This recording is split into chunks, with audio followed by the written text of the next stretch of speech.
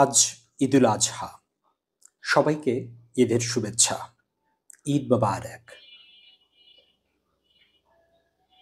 পিঠা বানাতে দেখলে ছোটবেলার কথা মনে পড়ে যায়।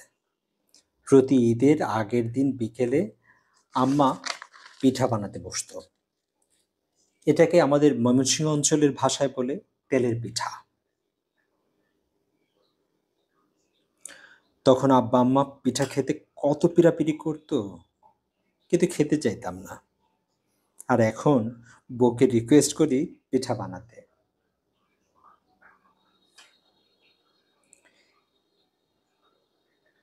এটা হচ্ছে আমাদের অঞ্চলে নকশি পিঠা বলে একে। তেলে ভাজার পর গুড়ের শিরায় ভিজিয়ে খেতে হয়। নকশি পিঠা পাঠিয়েছেন আমার শাশুড়ি।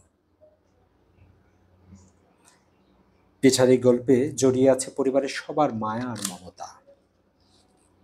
সবাই ভালো থাকুক, পৃথিবীর সকল প্রাণীর মঙ্গল হোক, ঈদ হয়ে উঠুক আনন্দময়।